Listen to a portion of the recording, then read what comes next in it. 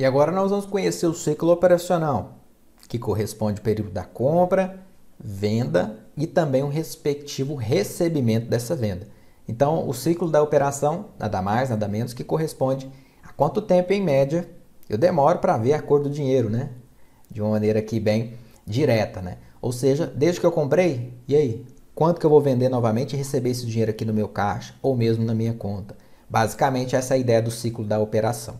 Então, vamos fazer aqui a adição dessa linha. Eficiência, CO, ciclo operacional. A fórmula aqui é bem tranquila. Uma vez que nós calculamos os indicadores anteriores, aqui ele é uma consequência da mesma forma o ciclo financeiro.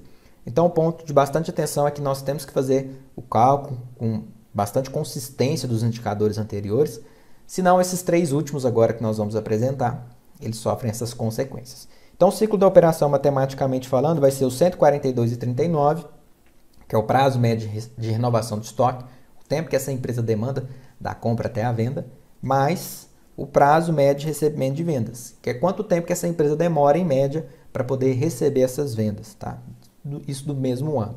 Vou fechar aqui a minha fórmula e já tenho a resposta, 173,05 dias. Faço a mesma coisa para 2020. Se eu quiser, inclusive, eu posso copiar e colar a fórmula, tá? Inicialmente aqui eu vou fazer uma on para a gente fixar.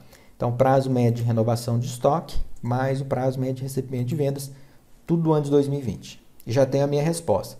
173,05 em 2019 e 173,88 em 2020. Eu vejo que as diferenças estão muito próximos, até porque o prazo médio de renovação de estoque e o prazo médio de recebimento de vendas também estavam muito próximos. Mas apesar de estarem próximos, eu vejo que 2020 está um pouco maior.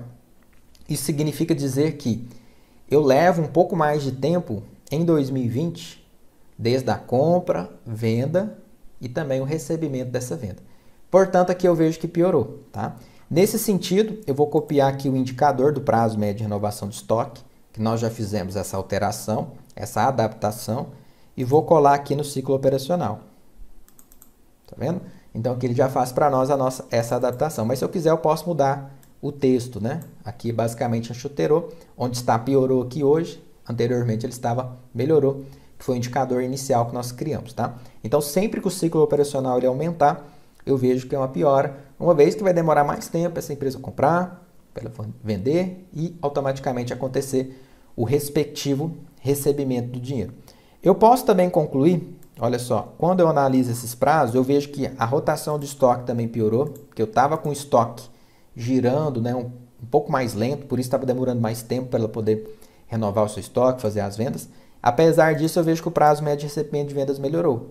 Mas, de forma geral, foi uma melhora muito pouca, né, de 30,66 para 30,28, o que concluiu no ciclo operacional também que piorasse, uma vez que o giro do estoque está afetando o negócio. Então, eu já vejo que o giro do estoque seria um gargalo aqui a princípio, tá? Isso considerando duas casas decimais.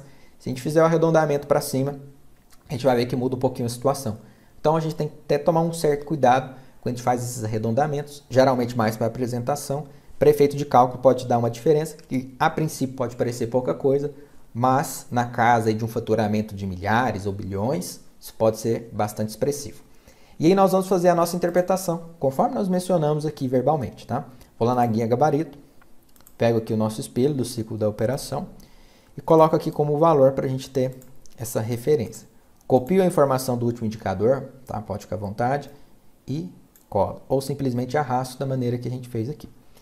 Então, olha só, a empresa leva em média 173,05 em 2019, 173,88 em 2020, né, dias, desde a compra, venda e o recebimento das vendas. Nós temos que adaptar apenas essa parte final aqui, conforme nós já havíamos mencionado e destacado. Então, vamos fazer essa alteração. Caso você queira também, você pode digitar, tá, essas informações. Inclusive, nós fizemos em alguns indicadores assim, das aulas anteriores, os outros módulos, e a gente chega na mesma conclusão, no mesmo resultado. Posso fazer a leitura novamente para certificar se eu fiz esse indicador de forma correta.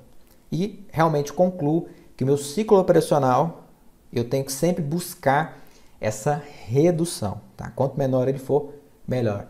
Isso implica em girar estoque mais rápido, e isso implica em receber cada vez mais rápido. Tá? Não necessariamente significa que eu tenho que vender mais rápido, né? Então, quando a gente fala de prazo médio de renovação de estoque, também está ligado a vendas rápidas, mas também está ligado a compras assertivas. Uma vez que eu não estou tendo compras assertivas, eu vou ter o meu estoque, né, parado ou em grandes quantidades, e isso vai me levar a um esforço maior de vendas. Então, eu tenho que tomar cuidado com isso. Tenho que ter o meu controle de estoque, tenho que trabalhar com estoque mínimo, com um sistema que me auxilie isso, né, e pessoas também. Tem que ser um trabalho ali de gestão, realmente, né? Senão, se a gente não tiver esses mecanismos, a gente não tem nem a ideia do que está acontecendo com o meu prazo médio de renovação de estoque. Além disso, também eu tenho que ficar de olho naqueles produtos que não estão sendo vendidos e entender por quê. E da outra ponta, no prazo médio de renovação de estoque, nós temos que entender o que faz nessa empresa, né, receber mais rápido. Né? De repente, um comportamento de mercado às vezes não tem essa possibilidade. Então, nós temos que entender qual é o prazo médio de recebimento de vendas, se existe inadimplência no negócio, os tipos de títulos que são usados. Será que essa empresa trabalha com boleto, com carnê? Faz sentido para o negócio trabalhar assim? Não é arriscado? Porque muitas empresas ou empresários às vezes têm receio de trabalhar com outras formas, né? Por exemplo, com o cartão de crédito, com o Pix, né? Tão falado, né? Então, às vezes, ele fica com receio, o empresário, em virtude das taxas. Só que, às vezes, é melhor você ter uma taxa nessa venda e garantir o recebimento do que, às vezes, você não ter nenhuma taxa. Há um exemplo de vender no carnê, por exemplo, ou um boleto, que às vezes a taxa é um pouco menor, mas perder a grande maioria, ou 100% da venda. Então, aqui cabe uma reflexão relacionada ao ciclo operacional do que, como você, gestor, como analista ou consultor, você pode fazer para poder trazer esse ciclo cada vez para o hoje ou cada vez para redução. Esse é o nosso propósito, esse é o objetivo. Então, nós fechamos aqui a nossa análise do ciclo operacional.